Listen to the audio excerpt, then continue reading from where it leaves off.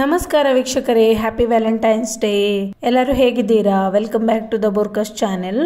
ಇವತ್ತು ನಾನು ವ್ಯಾಲೆಂಟೈನ್ಸ್ ಡೇಗೆ ಸ್ಪೆಷಲ್ ಆಗಿ ಹಾರ್ಟ್ ಶೇಪ್ ಕಟ್ಲೆಟ್ ಮಾಡುವಂತ ಯೋಚನೆ ಮಾಡಿ ಒಂದು ರೆಸಿಪಿ ಮಾಡ್ತಾ ಇದ್ದೇನೆ. ತುಂಬಾ ಈಸಿ ಇದೆ.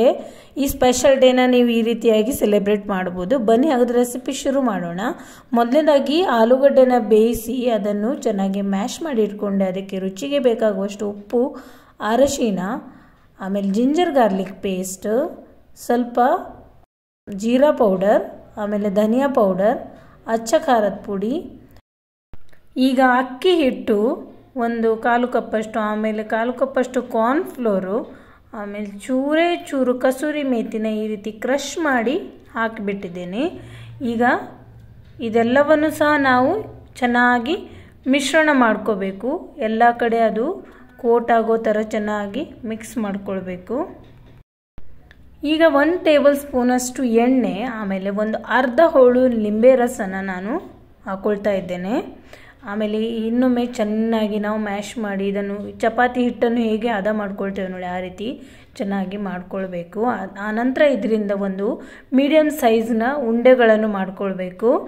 ಫಸ್ಟಿಗೆ ನಾವು ಉಂಡೆಗಳನ್ನು ಮಾಡಿ ಇಟ್ಕೊಂಡ್ರೆ ಒಳ್ಳೆಯದು. ಕಟ್ಲೆಟ್ ಒಂದೇ ಥರ ಸೈಜಲ್ಲಿ ಬರ್ತದೆ ನೋಡಿ. ಈ ರೀತಿ ನಾನು ಉಂಡೆಗಳನ್ನು ಮಾಡ್ಕೊಂಡು ಇಟ್ಕೊಂಡಿದ್ದೇನೆ.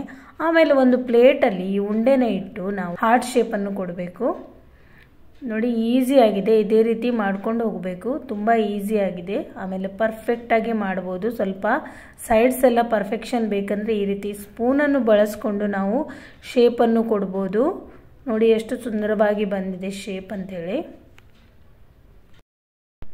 ಇವಾಗ ಇದನ್ನು ಪ್ಲೇಟ್ನ ಟರ್ನ್ ಮಾಡಿ ನಿಧಾನಕ್ಕೆ ತೆಕ್ಕೊಳ್ಬೇಕು, ಇಲ್ಲಾಂದರೆ ಅದು ತುಂಡಾಗೋ ಚಾನ್ಸ್ ಇರುತ್ತೆ. ಈಗ ನೋಡಿ, ನಾನು ಎಲ್ಲ ಹಾರ್ಟ್ ಶೇಪ್ ಕಟ್ಲೆಟನ್ನು ತಯಾರು ಮಾಡಿ ಇಟ್ಕೊಂಡೆ.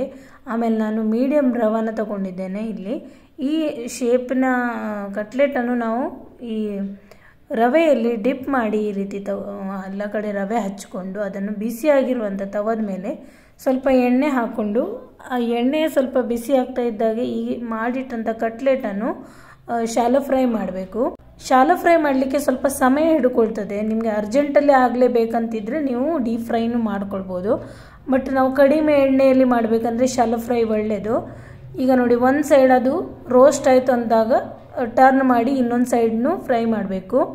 ಇದು ಜಾಸ್ತಿ ಬೇಯಿಸ್ತಾ ಇರಬೇಕಂತ ಏನಿಲ್ಲ, ಯಾಕಂದರೆ ನಾವು ಆಲ್ರೆಡಿ ಬೇಯಿಸಿದಂತಹ ಬಟಾಟನು ಯೂಸ್ ಮಾಡಿದ್ದು.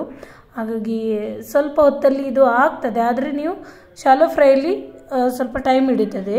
ನೀವು ಡೀಪ್ ಫ್ರೈ ಮಾಡಿದರೆ ಪಟ್ಟಂತ ಆಗ್ತದೆ. ಈಗ ನೋಡಿ, ಕಟ್ ಮಾಡಿ ತೋರಿಸ್ತಾ ಇದ್ದೇನೆ ನೋಡಿ, ಎಷ್ಟು ಸಾಫ್ಟಾಗಿ ಬಂದಿದೆ. ಹೊರಗಿನ ಕೋಟಿಂಗ್ ತುಂಬ ಕ್ರಂಚಿಯಾಗಿ ಬಂದಿದೆ, ಒಳಗಡೆ ತುಂಬ ಸಾಫ್ಟ್ ಆಗಿದೆ, ಆಮೇಲೆ ತುಂಬಾ ಟೇಸ್ಟಿಯಾಗಿ ಬಂದಿದೆ. ಸೊ ವೀಕ್ಷಕರೇ, ನೀವು ಕೂಡ ಇದನ್ನೊಮ್ಮೆ ಟ್ರೈ ಮಾಡಿ. ನಮ್ಮ ರೆಸಿಪಿ ಇಷ್ಟ ಆಗಿದೆ ಅಂದರೆ ಲೈಕ್, ಶೇರ್, ಕಾಮೆಂಟ್ ಮಾಡಿ ಹಾಗೂ ಚಾನಲ್ನ ಸಬ್ಸ್ಕ್ರೈಬ್ ಮಾಡಿ. Thank you for watching.